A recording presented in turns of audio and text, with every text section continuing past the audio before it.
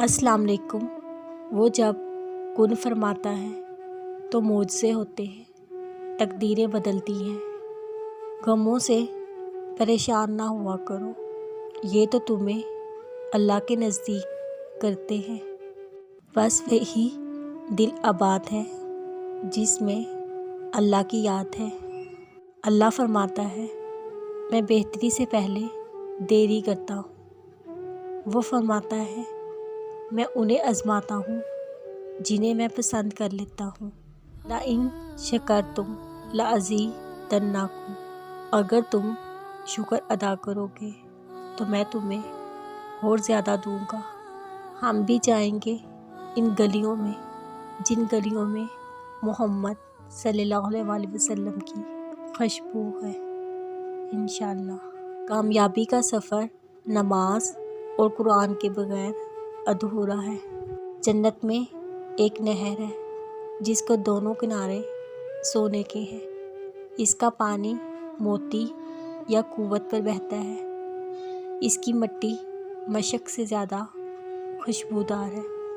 इसका पानी शहद से मीठा, बर्फ़ से ज़्यादा सफ़ेद है।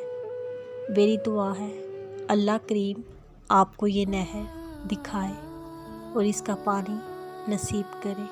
आमीन। वाहुवा माआकुम ऐना मा कुंतुम, वो तुम्हारे साथ होता है तुम जहाँ कहीं भी हो।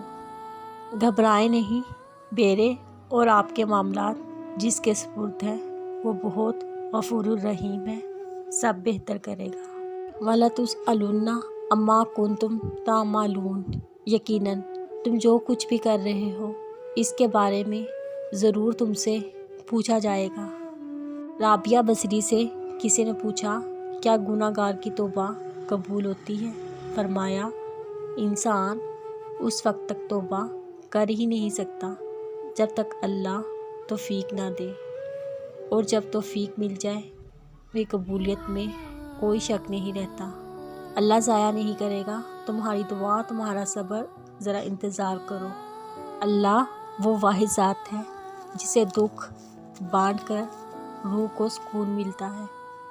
बेसुकूनी की एक वजह ये भी है, इंसान अपनी परेशानियों का ज़िक्र अपने रब के बजाय लोगों से करता फिरता है। ज़िंदगी किसी की भी आसान नहीं होती, मगर जीत सिर्फ रब पर यकीन करने वालों की होती है। कुन पर यकीन रखो, आसानी ज़रूर आएगी इंशाअल्लाह।